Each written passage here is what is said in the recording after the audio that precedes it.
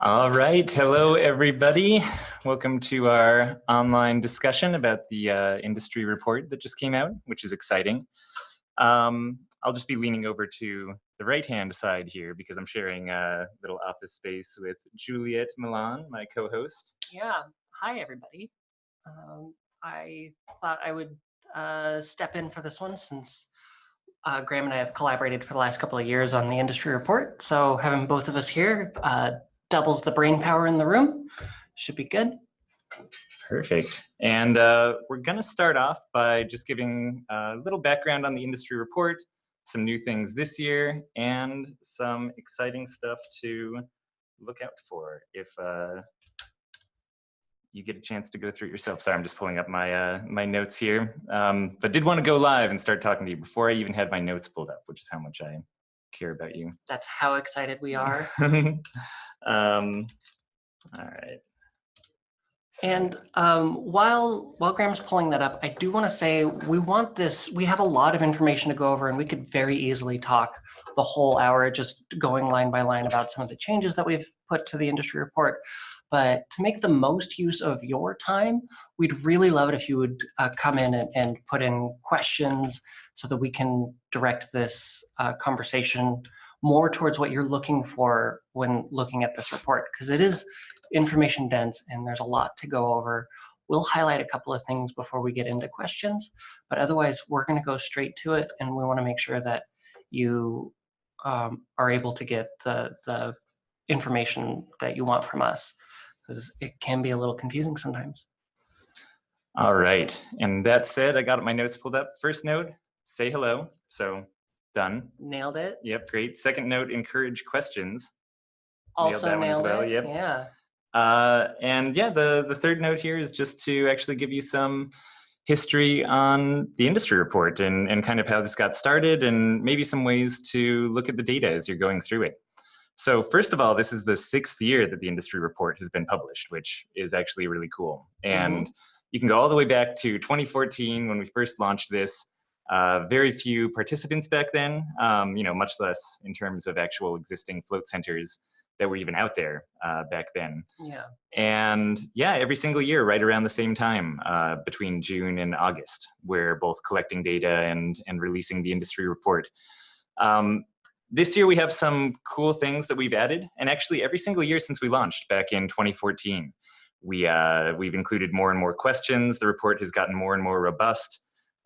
Even answers to the questions when we give ranges for things like how much did it cost to open your center, those ranges have narrowed in and gotten much more refined.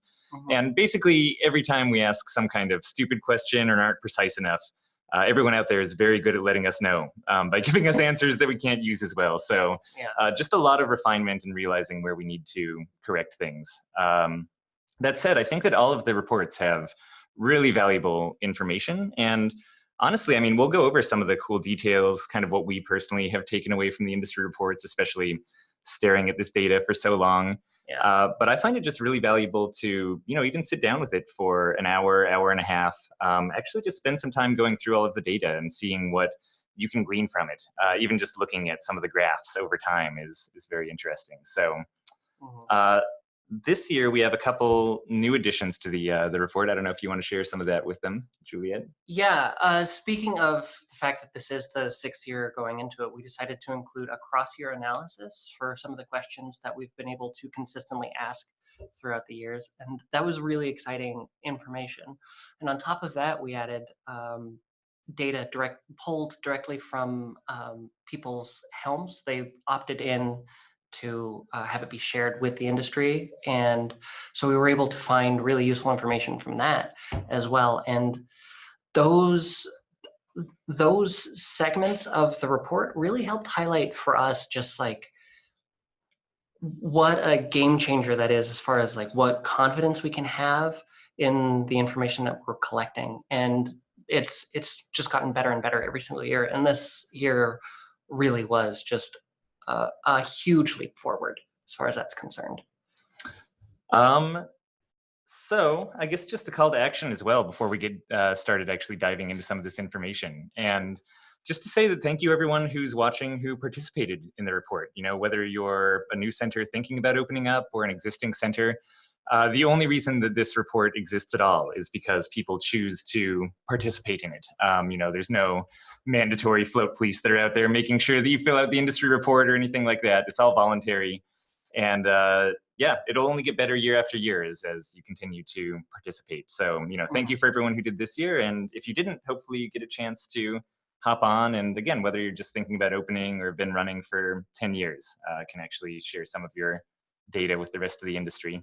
Yeah, and one of those small changes that we included this year that I think that will become more important as the years go on is we've segmented out or have been able to refine the answers based on who is primarily running floats and who has a float tank as maybe an addition to an existing business.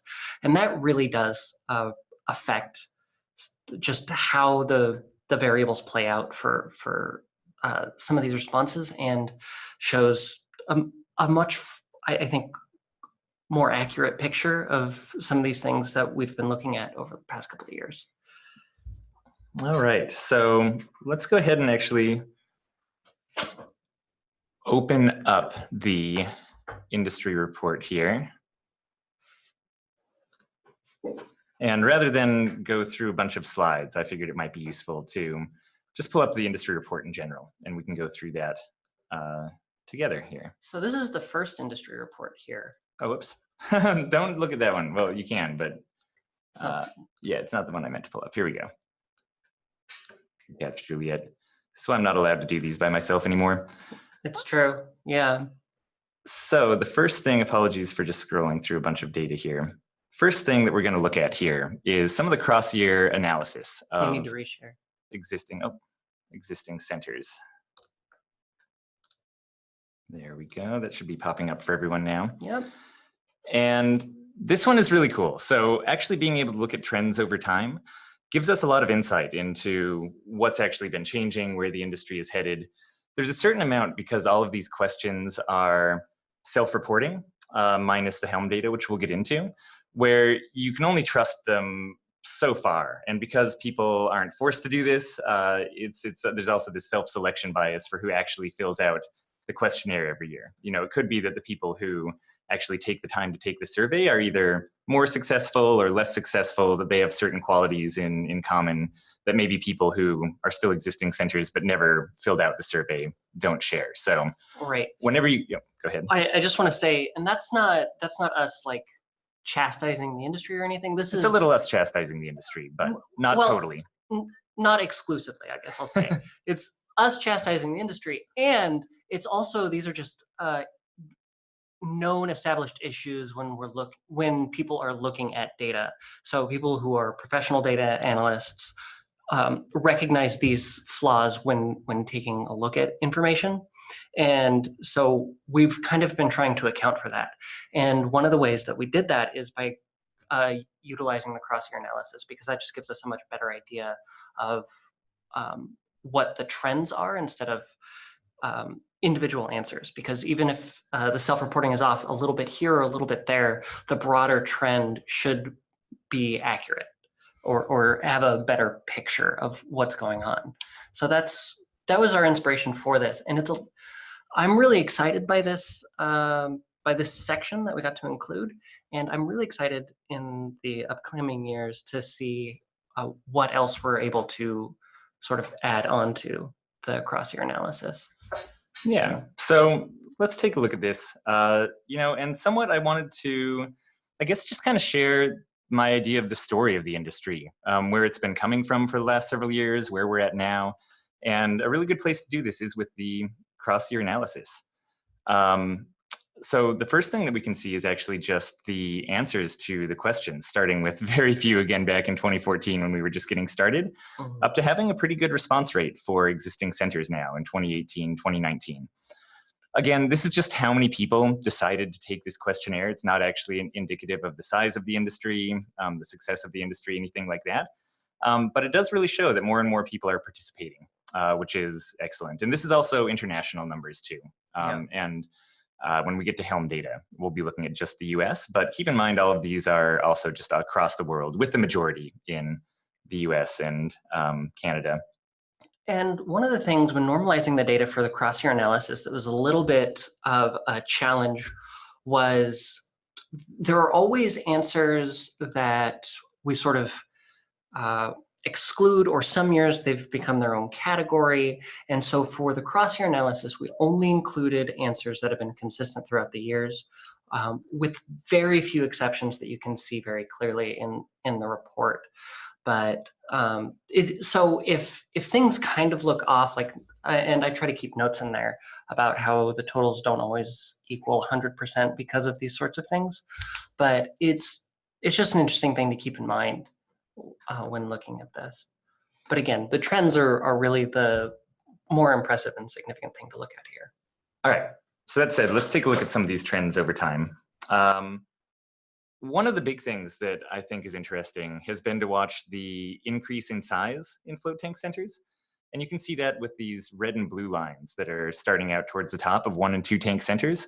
And just watching those kind of decline, especially from back in 2014 through 2016. But even for 2 tank centers, you can see that drop all the way up to 2019. Mm-hmm. And at the same time, you can see this rise of 3 and 4 tank float centers coming up. And so we can tell from this that centers are opening bigger and opening with more tanks. And it's been hard. We don't have the data over the years for who's an existing wellness center and expanding versus a full just float center. But personally, also just from the consulting that we do, we've certainly seen a decline in 1 and 2 tank float centers where floating is the only thing they do. It seems like there's both an increase in extra modalities that people offer and in the number of float tanks that they're offering with or without those extra modalities. Mm-hmm. Which let's go ahead and just skip right down to that one. Yeah, the extra modalities is really one of my my most favorite. You mean most favoritist, I think, most is actually what you mean there, yeah, Juliet. my most favoritist sort of trends to look at, because you can see massage and floating. So the green line there is people who offered only floats. And we've seen that sort of fluctuate with a downward trend, which I think is kind of what we can sort of see from the rest of the information as well. But the most popular additional modality has been consistently massage. And they sort of share this like relationship where they both go up and down at the same time. And up until 2018, where they just sort of sharply branch off, where a lot more people are also offering massage and fewer people are exclusively offering floating. And along with this, we have this sort of sneaky extra modality that came in. An infrared sauna started out absolutely nothing, and then it was just like a few percent of people were offering infrared sauna, and now it's gone up and has surpassed only floating, and it's catching up to massage. And I think that's I don't know. Well, people like infrared sauna. It's one of the most drastic changes that we can see in the report. So, all right. So back to the story. So there are more centers opening with more tanks. There are fewer centers that are doing just floating. They're just doing modalities going in there. We also see when we skip over to the Helm data. Let's see. Helm data is up. Mm-hmm. Right here, I believe. Yeah, here we go. Yep.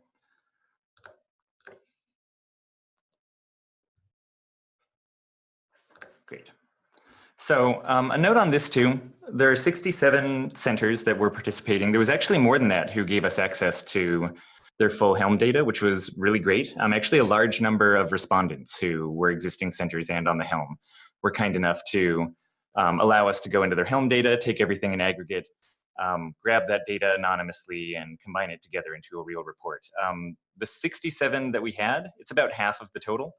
And these are just US centers for the sake of kind of normalizing our data. And this is also only centers who were fully on the Helm for at least 2 solid years. So 2 years of data. So there's no totally new centers here. And this isn't reporting centers that are only in their first year and a half of operation. And is that operation or operation with the helm? It should be operation in general, not just with the helm.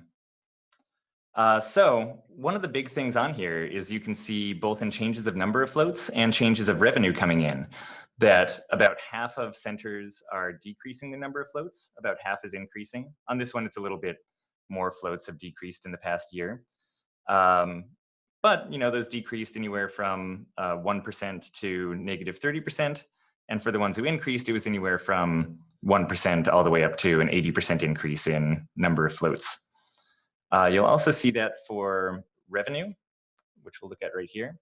So in this one, about a little over half increased the revenue from last year, and a little under half decreased the revenue from last year.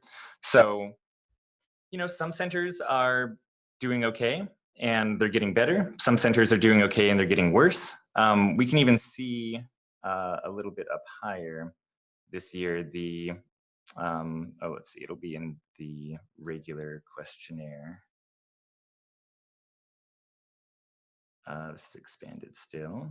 Which question are you looking for? This one, gross revenue. Oh, yeah. So this is always a really fun one to look at, which if you want to see the curve of what people are actually making in their float tank centers per tank that they have, definitely take a look at the, just in the regular questionnaire, gross revenue numbers coming in. And it gives you a sense of exactly what people are doing. We also have perhaps a little more useful is the average revenue per tank, just the midpoint of those ranges that people are giving. And one of the things here, again, is there's a lot of centers that are in the middle of this graph. It looks like kind of a very consistent bell curve type graph, which is a very normalized data distribution. And it tells us that there are, again, people who are doing the bulk kind of in this middle range where they're operating business, they have employees, they're paying their expenses. And below a lot of that average is businesses that are actually losing money, and that's that other half of the graph. And above that is centers that are, again, making money, but making even more money than the average. And it kind of shows us the upper range of what's possible, right? There's no 3 tank centers that are pulling in $750,000 or $250,000 per float tank, right? So there does seem to be this upper limit per tank that you actually can bring in. So when you're comparing yourself to others, even more so than comparing yourself with where the middle of this curve is, which is nice to look at, definitely spending some time looking at what the upper ends of those ranges are, and even brainstorming in your own center the things that you can do to hopefully push yourself above that median bell curve that we have there. So again, what you see is that, looking at this, it can be a little discouraging seeing what the average of what people bring in is. It can be discouraging seeing that there are centers out there that are doing worse this year than they were last year. And I guess the story that this tells me is that we're maturing as an industry, and it's shaking out just like any other type of business, where it's not guaranteed that because you have this modality that really helps people, or because you open your doors, that you will be successful. And I feel like in the last couple of years especially, we've been seeing this sorting out of, people who get into the industry and they didn't do construction right. And now after 2 years, their center is kind of breaking down and they're getting complaints on social media, or they opened a business because they found this cool new floating fad, and it turns out they hardly ever float. You float once every 6 months, and the owner is never in the center, and these places are not doing well. And on the other side, you see people who are really taking their time and doing their research and opening these beautiful centers, and who have taken the time to do pre-marketing and even hire marketing professionals to help them with their launch and make sure they're full from the beginning. And those are the centers that are both on the high end of this curve of revenue, the high end of the curve of floats, and the ones who have tended to improve from year to year. Again, it's hard to for sure say that any of these things are true, but definitely looking at the Helm data, and again, just pulling on some knowledge of personal conversations and other consulting, that does seem to be the trend in the area. And a couple other things to just kind of add to this story. It's interesting to look at these changes over time in the tank comparison, or the cross-year analysis that we have here. But I also think it's fun to look at the similarities that we have. So let's take a look down at the most difficult part of opening. Did I already? No, here we go. So most difficult part of opening. I think this is a really kind of telling graph to look at. And again, this is almost more for things that haven't changed over time. And you'll see this kind of big oscillation going on between construction and marketing up here at the top. And marketing and construction have never dropped below the top two things that are the most difficult for a float tank center. Yeah. So if you're a prospective center just getting into this and you're wondering, what should I worry about?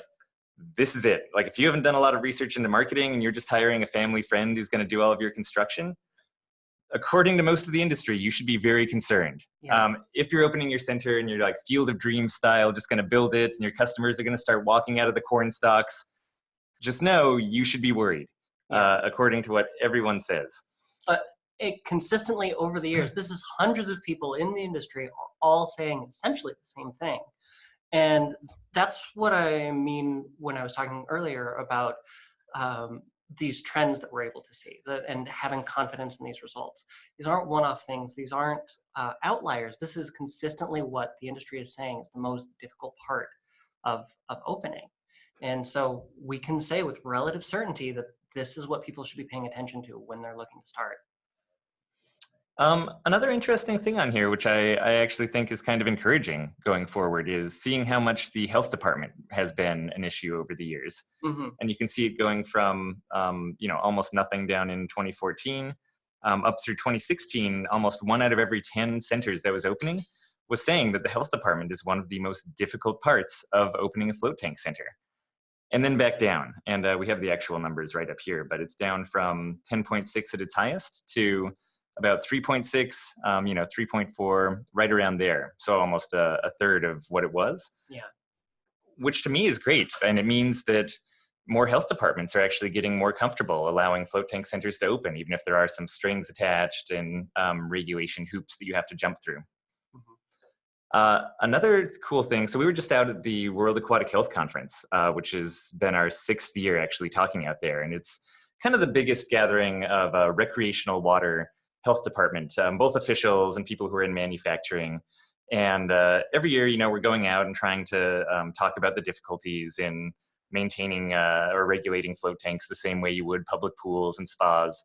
And this year out at the World Aquatic Health Conference was the very first time that we asked, who here is not familiar with float tanks?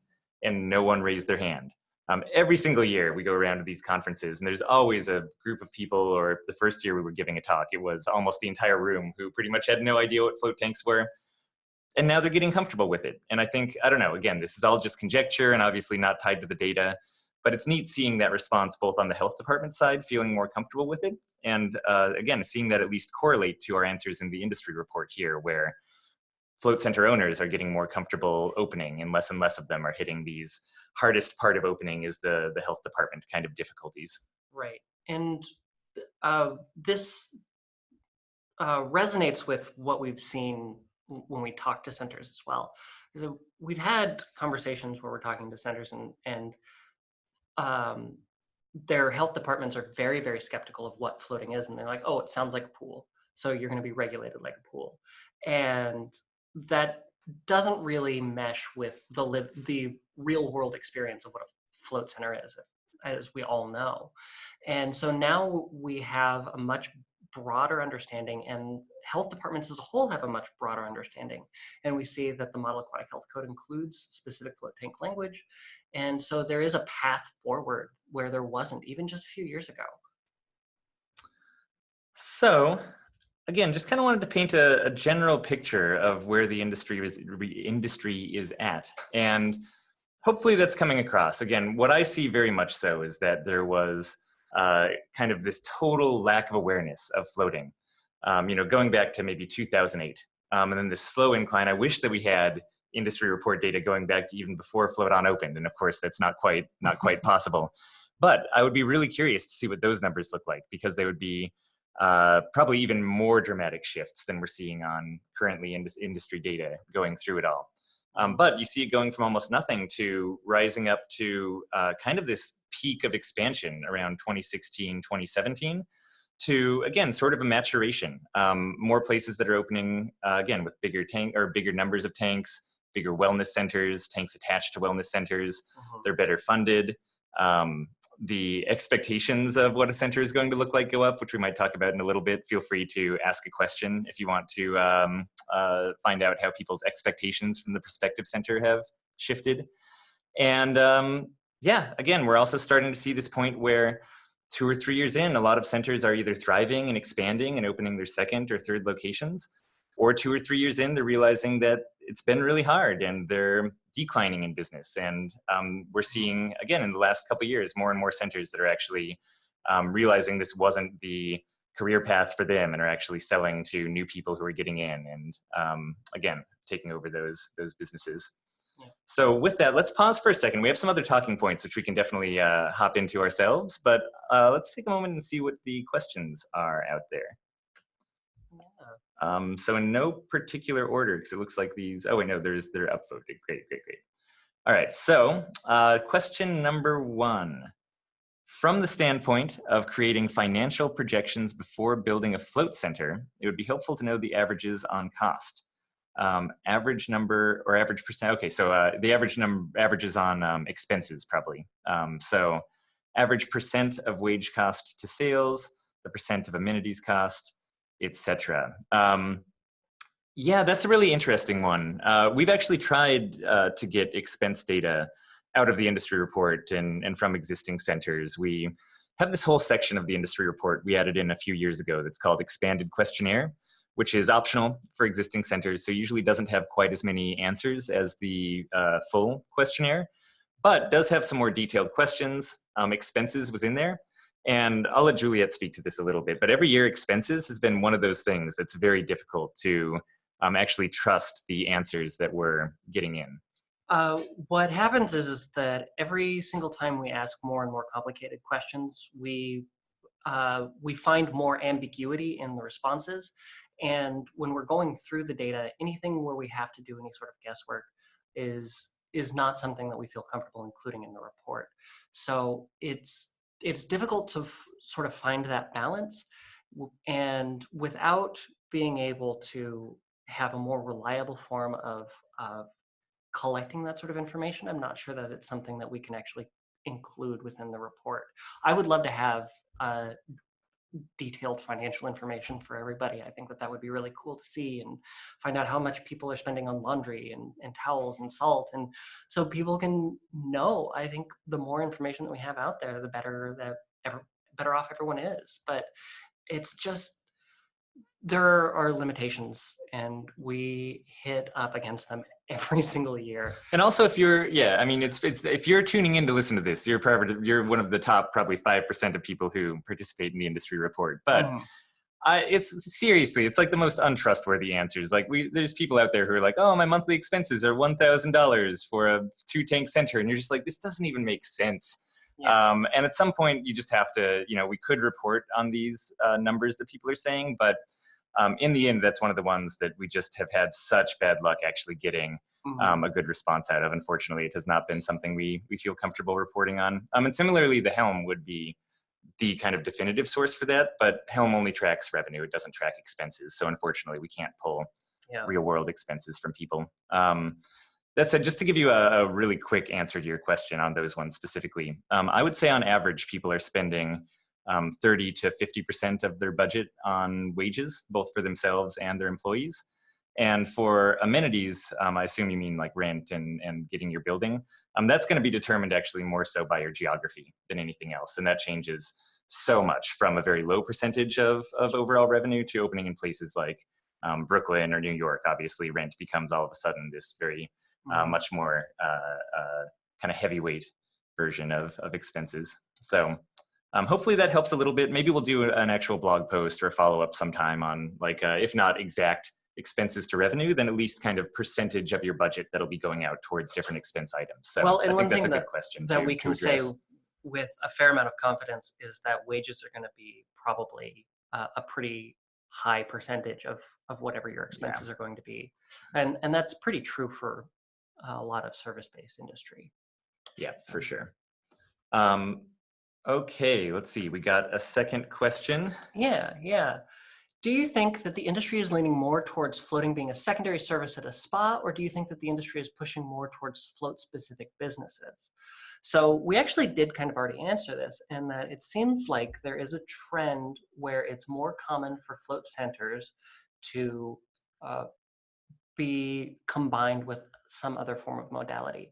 Now, whether or not it's primary floating and additional modalities on top of that versus other things, it's really, it's much more ambiguous. And I think that there are still a lot of centers that are primarily floating, but it seems like the future of floating is much more in line with additional modalities and additional services. And I think that part of that kind of makes sense. More people are just trying to draw people in for through whatever means, I guess. Yeah, and we've been seeing this too, again, on the consulting side and just from talking to manufacturers. It was the case more 4 or 5 years ago that we were seeing more centers that were just designated float centers opening up. Float On is a good example. We have 6 float tanks. We do nothing else. And looking back on, again, the industry report over time, you can see that what modalities people are either opening with or adding on to kind of increase over time as you see floating decrease is the only thing that people are offering. And even in the potential one, which I just pulled up, you can see that for all of those float centers that are on the horizon, hopefully they all get open and best of luck to them. But even for them, the amount that are planning on doing only floating is such a small percentage of the overall here. So no, we really do see more and more centers, if not just floating, being added to existing wellness centers, at least from the beginning when they're opening up, planning on doing more of this integrative wellness center where floating is a part of the whole rather than just the entire thing. All right, so now we have another question, and you want to take it away? Yeah, for sure. So next is the data that is being reported on page 33. Oh boy, okay, hold on. Let me keep my things aside so I can I'll finish. Yeah, you ask it and I'll find page 33. Okay. Is the data that is being reported on page 33 gathered based on gift card sales and unused credit purchases? So hold on, I'm on page 38. We're getting there. We're getting there. 34, 33. Okay. So this is the gross revenue. There's a follow-up in chat. Okay. Hold on. We've been told there's a follow-up in chat. Okay. Are float centers reporting earnings based on sales revenue, gift cards, and float credits, or actual reservations fulfilled? Just to add to the question. Okay. Yeah, and I'll take this one. Sure. It is all float revenue. So it would be gift cards, reservations, actual float credits. And the same is true for the Helm data as well. So if you're actually looking at the revenue, which is, I think, one of the more interesting things to look at from the Helm data, real world center revenue, that is also every kind of float, but anything else is excluded. So massage, other modalities, anything else like special events that you're pulling in revenue from. So it's just floats, but everything that's float related. All right. Next one, I'll read this one because I only got partway through before I got distracted. When you show amount made for float centers, I assume that is the net profit, not gross revenue.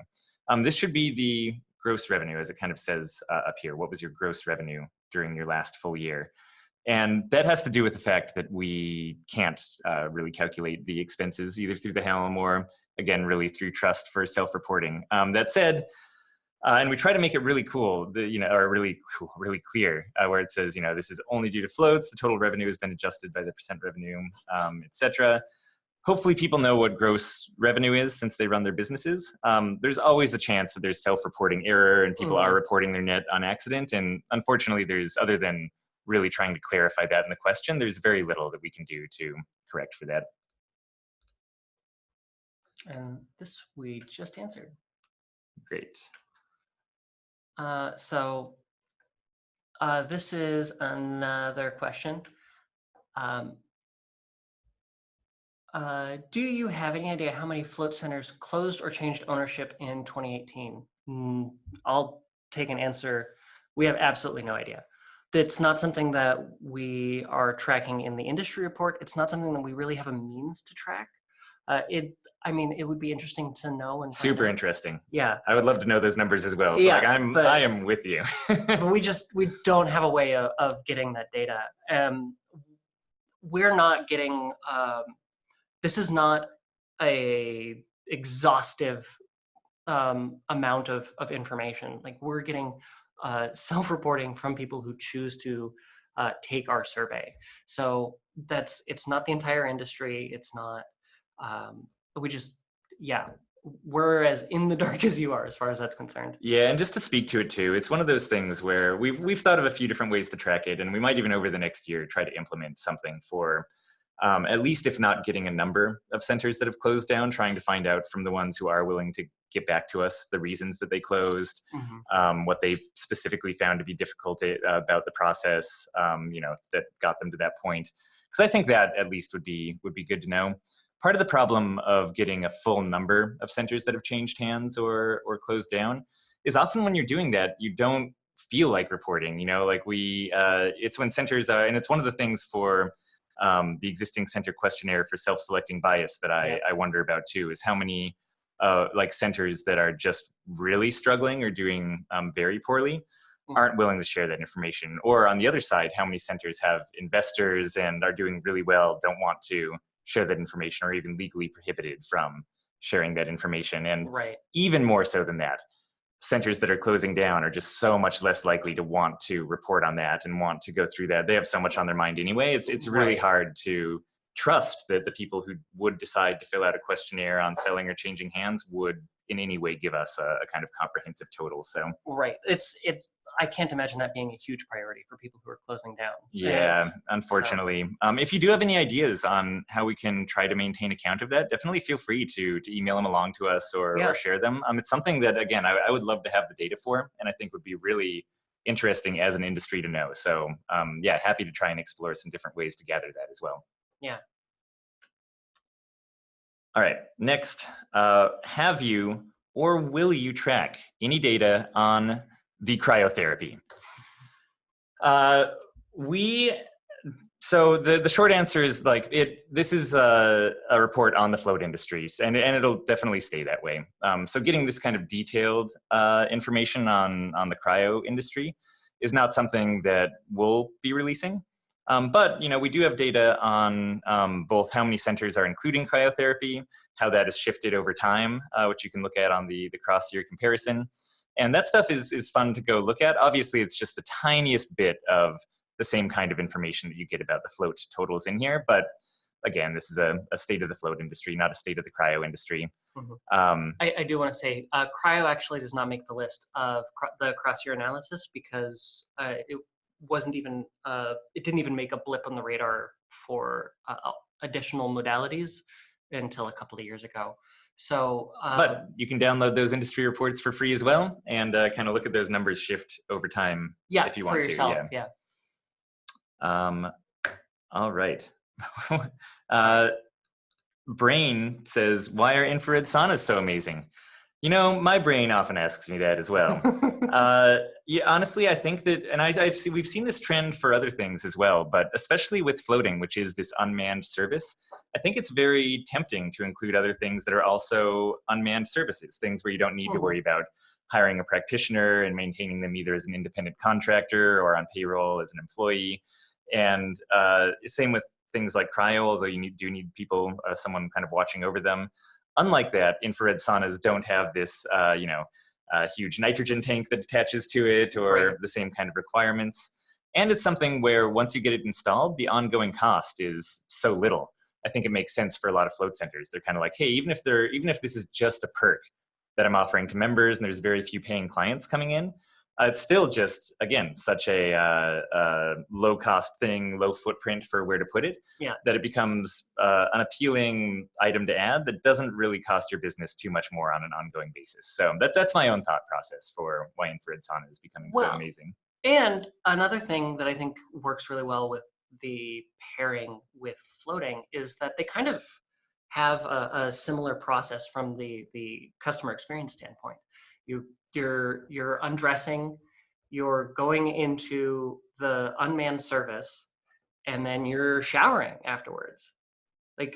And so there's just overlap of what's needed in order to offer those services. And so I think that it sort of just naturally pairs pretty well. And people know what saunas are they're a lot more familiar with them, I guess, is what I mean to say, than they are with floating. So it might be a lower barrier to entry. Yeah, I don't think that's a bad thought. And honestly, like, I mean, I assume that infrared saunas just in general are getting a lot more press and are really making kind of a sales rush, like from, you know, from the standpoint of a regular wellness center. Mm-hmm. About 10 years ago, this line looked a lot like floating coming up here out of nowhere. And people are like, wait, like, why do so many people love floating now? And it's partly because the industry as a whole was going through this boom and growth. So yeah, if you don't own any infrared sauna stocks, I am by no way a qualified investor and can't give you any advice, but you know, you might want to invest in those. What else do we got question-wise? It's a follow-up question, looks like, to the gift cards and credit cards. Great. So with revenue reported as all floats sold, gift cards and credits, and not reservations fulfilled, do these liabilities impact financial projections and future businesses? Moreover, what percentage of liabilities are being redeemed within the first year after purchase? Oh, this is actually something we have information on. Oh, great. Yeah. Well, I was just about to say, I have no information on that. So yeah, I can't wait. So we do know about, at the very least, we know about return customers from within the first year. So maybe not directly this, but yeah, this is different. This is like different. How many of floats and gift cards that people buy, how many are redeemed? Oh yeah, we don't have information on that. I was curious. I was like, man, I black market gift card info. Sweet. Yeah, scored the jackpot on that one. Yeah, sadly we don't have information on that. And it's going to depend so much on your kind of business strategies. You know, some centers really lay into selling gift cards over even getting people to schedule floats outright. Some centers are stressed on memberships and really getting people to come in for that weekly or monthly float on a regular basis. Yeah, and you know, definitely if you have any questions about more detailed financial breakdown, stuff like that, that isn't in the industry report, feel free to shoot us along an email too, and happy to kind of take that conversation offline. Unfortunately, again, because we can't really get detailed information on expenses, it's really hard to pull down a lot of the other financial information that would go along with that. But you know, this one potentially amount of liabilities after a year is something we could get off the helm. So definitely something to note down for potential helm questions for next year as well. Yeah. So thanks for suggesting that. Yeah, I guess I want to just follow up with this. We're not withholding expense data. Juliet is. I'm not. I just want you to know that. With the industry report, we include as much of the information that makes sense and is viable that we can. And you can see from even just like the survey that we send out exactly what we're asking and what we're collecting. And it's not fine detailed information, and that's in part because we found that when we do ask fine detailed information, given the small sample size, we just have a lot less relative small sample size. We have a lot less confidence in what the answers are. So. Yep, and as I have written here, yeah, our information is just the Brad strokes. I'm pretty sure I meant to put an O in there for broad strokes, but yeah, we'll stick with Brad stroke information. Mm-hmm. Okay, next question is, any info on how many, if any, especially small float centers are opening as private membership clubs? Sadly, that's never a question that we've asked on the industry survey, but again, I can tell you just from personal experience in working with a lot of different float centers and stalking them online and perusing their pricing menus, that almost none are opening as private membership clubs. I do know of a handful, but again, so much in the minority. I doubt that it's even 3 or 4% of the total industry. I mean, I can say we do track membership types, and we do get responses from these, and it's just such a small outlier that it's not statistically significant to include. So it seems like a very niche practice within the industry. Yep, and hold on, I need to rearrange my windows to get rid of this search.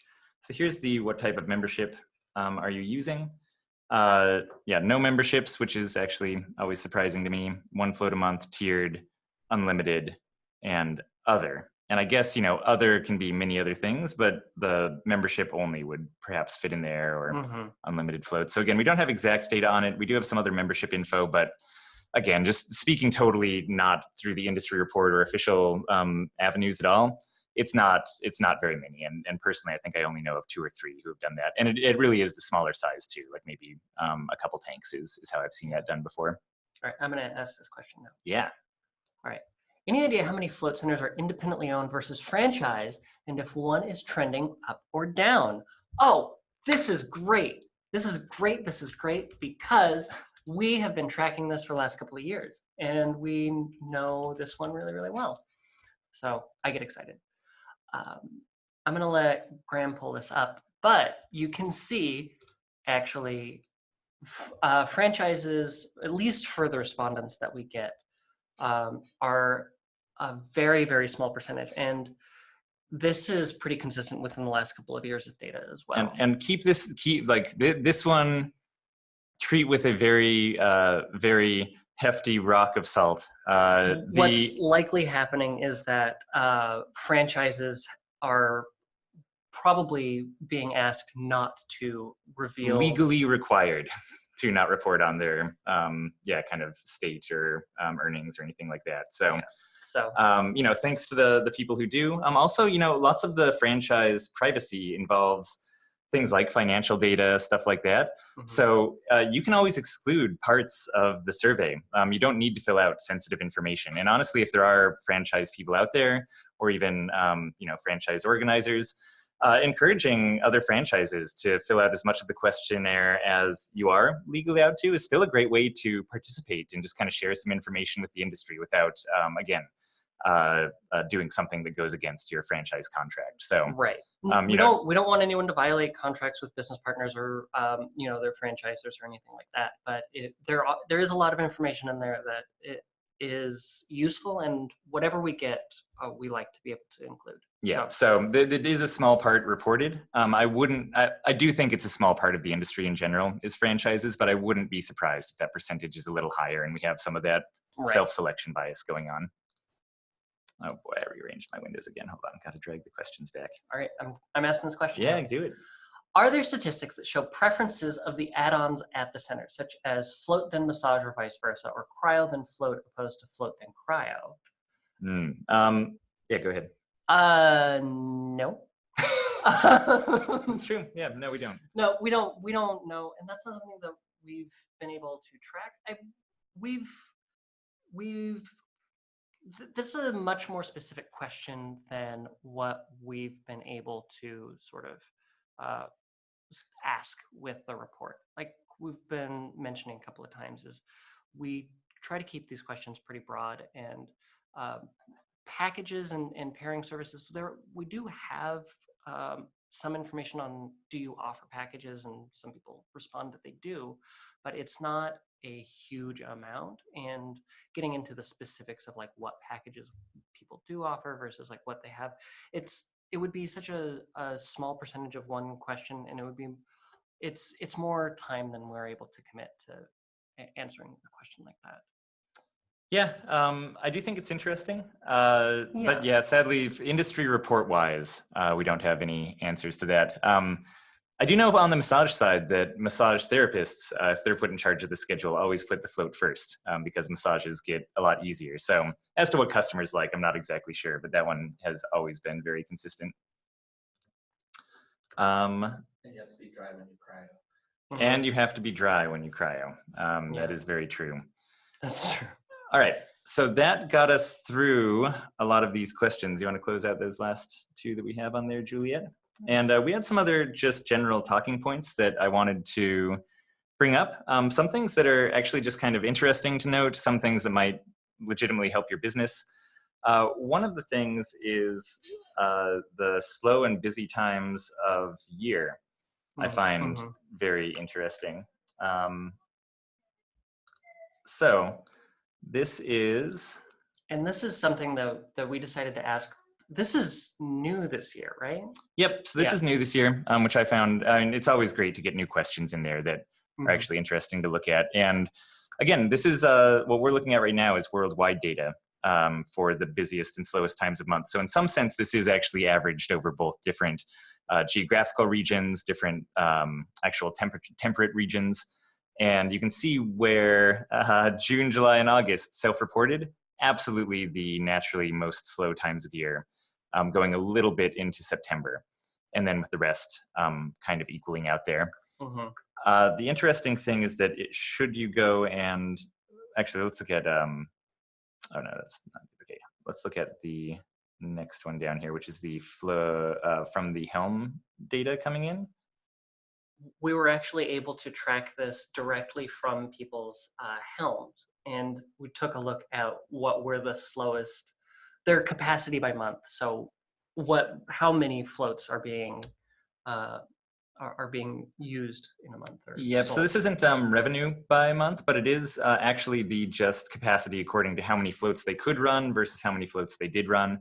And you can see during the summer months, July, August, June over here, it's actually kind of at the average point, and the low point ends up being September, October, November, with the good months being pretty much December going into January, February, March. Yeah. And again, if you listen to the Art of the Float podcast, I think Juliet did a great job of explaining the amount that we can trust data versus not trust it. And there's this thing called the narrative fallacy, which is when you see things like this, trying to attach a story to it and then getting attached to your story, even though you're basically just filling in the blanks with your own brain. That said, here's what I think's going on. here's my own narrative that I'm going to share with you all. I think that June, I don't think people are lying. Basically, I don't think that they're lying. I think that June, July, and August are actually, oh yeah, here's the, never mind, that's not the data you want to look at. That is not the data you're here for. I think that June, July, and August are the most difficult times of month for people. And I think as a result of that, they, like Float On, end up running a really big sale sometime around mid-May through, beginning of July. And basically they just need to figure out a way to fill up those summer months. So even though it's harder to get people in there, like if we didn't run a giant June sale, if we didn't kind of hustle and do these extra marketing efforts coming into the summer, our capacity would drop to like a fraction of what it is during the rest of the year. But because we do those marketing efforts, our capacity during June, July, August kind of balances out with what the rest of the year is. So that's what I think is going on. And then that boom that happens after December, people are selling a lot of gift cards. I think that's naturally people, get a ton of gifts in December. Mm-hmm. And then you see this rush of both people coming in January, February, and March, but also those people coming in, then recommending it to their friends and kind of showing that trend of when your tanks are full, they tend to stay full. When they start declining, they tend to stay a little emptier. Right. And we have just a few minutes left. So I want to call right now. If anybody has any last minute questions, we have one more coming in, and we'll answer that here. But if you have anything else that you want to ask us before we wrap up, now is the time to do it. So I'm going to go ahead and read this. Do you have any insight or data on the number of employees on the clock at the same time for a 3-tank float center, or 2 or 1, etc.? Yeah, so again, we didn't collect this officially. Right. So no, is kind of the short answer to that. We, again, speaking kind of a little bit more from personal experience, it seems like around 1 through 3 tanks tends to have 1 person on shift at all times.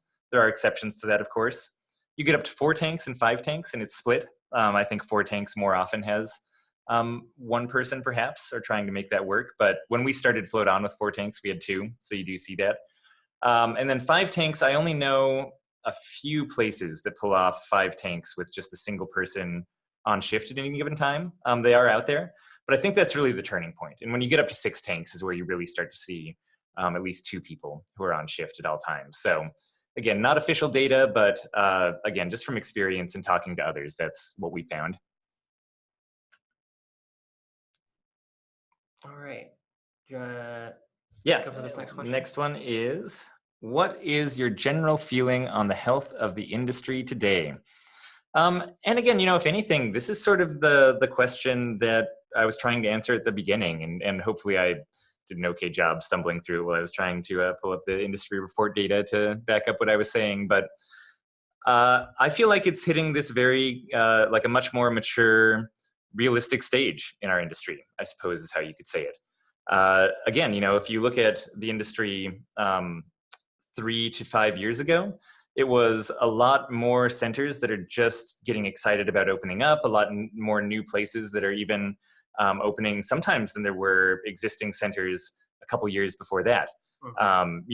Some years it's almost like the industry is growing 50%, 60% year over year from that 2014 to 2017 mark. Again, it's impossible to tell because we don't actually have a total number of centers. We just have a total number who have responded to our questionnaire and some other indications from our consulting. Yeah. But, you see this big boom, and a lot of other people saw that boom too and kind of rushed in and wanted to open float tank centers and get on this trend. And what they found, I think, is that no one's making it filthy rich running just a single float tank center. If you want to open a franchise, if you have a center and you're doing manufacturing, if you open one center and your goal is to get up to 5 or 6 and really pull in a healthy income through the combination of all of those, you start to see kind of these bigger size businesses and things that more serious investors might be interested in. But for a single tank, and you can see this year over year in the industry report too, this one isn't even new. No one is making a total killing running just a float tank center, or almost no one, right? Maybe the most successful 2 or 3% of float tank centers in the world are really doing spectacular with just a single location. And so with this boom, I think you see, just like the report shows, that people are having difficulty with construction, first of all, and those problems don't pop up for 2 to 3 years down the road, and that people are having difficulty with marketing. And that's part of why you see this 50% of people are actually doing less revenue this last year than they did the year before, and about half of people are doing more revenue. It's like there's a great sorting out, and that's kind of what I mean by getting more mature. It's like the industry has been around long enough now where the people who got in it just to make a profit, or the people who got in it and had no idea what they were doing and no background in business and didn't really educate themselves in marketing enough. Some people are hitting these struggles that are making their business decline or making it hard for them to hit break even. And those are the ones that, again, on a more personal note, I see closing down or selling. And on the other hand, you see these people who got into it and are doing really good with marketing, who did, run tests in their area before they opened, who did get training either through us or another float center or another manufacturer, and have opened these really beautiful float tank centers that don't need constant construction upgrades. And those are the half that are now doing better year over year, kind of in that above the normal tip of the curve kind of part of the bell curve of success and revenue. And one of the things that we can see with a fair amount of confidence is we're seeing more people who have tempered expectations. We see more people who are seeking out bank loans, who are getting funding through investors, and so I think that there are people who are being a little more cautious as they're coming in, and but it's really difficult to draw hard and fast conclusions from any of this because, it is all self-reporting. Looking at any single year and drawing a strong conclusion doesn't do well. Like, we can guess, but we just don't. We only know as much as what people are telling us. So, yeah. All very true. So again, it's just to say, I think that we actually do see sometimes sombering numbers, and we see centers who are being very realistic about not doing well in the industry report. And I just kind of wanted to pull up this graph. It's a new one that we have this year with the Helm that we couldn't have before, which is the actual curve of return rates over year. And I think this is an interesting one to look at, not just for getting a sense of the average return rates and how often people come back to float if they've floated once, but seeing how the top end of these curves is doing so much better than the lower end of the curve. You're going from some places have a 10 or 15% return rate to the ones that are doing really well have almost a 50% return rate, even after a single year or after 2 or 3 years. And that's really the difference that we're seeing. So it's both a maturation of the industry and sort of a sorting out of the successful and unsuccessful float centers. And I just wanted to take a second too and thank everyone who has been honest with this. It's great when you're sharing your successes. It's nice when you're doing well. Thank you so much for being willing to share that information and let other people learn from it. But also when your center is not doing well and you are willing to be honest about that and report that and let people in the industry draw, maybe a more realistic conclusion about how spending all of this money opening to a float center and spending a lot of money on construction, you can still be at this really low return rate, really low capacity, and be trying to figure out how to make things work. And that's part of the journey of any small business. But again, thank you so much for being open and honest about even the things that I'm sure aren't the most fun to go through from being a small business owner. And yeah, we definitely couldn't do any of this without you. So much appreciated. Oh. And with that, I think we are running out of time here. Yeah. Let me just ask, do we have time for, no, I think that was the last question that we have too. Perfect, good work. Oh, thank you, that is not a question. Yeah, thank you. Thank you for tuning in. Thanks for sharing your information. And yeah, if you have any other questions, feel free to shoot it our way. And we might even end up doing an occasional solutions podcast on some of the follow-up questions. So if there is anything that we didn't get to, any weird things you notice as you're going through the report on your own time, definitely send them our way. And yeah, excited to talk to you all again soon. Oh, we did get one more question from Greg Griffin that came in. Oh, he says, thank you. And the answer to that is yes. Yes. Thanks, Greg. All right, everybody, take care out there. And again, we'll hopefully talk to you soon here. Bye.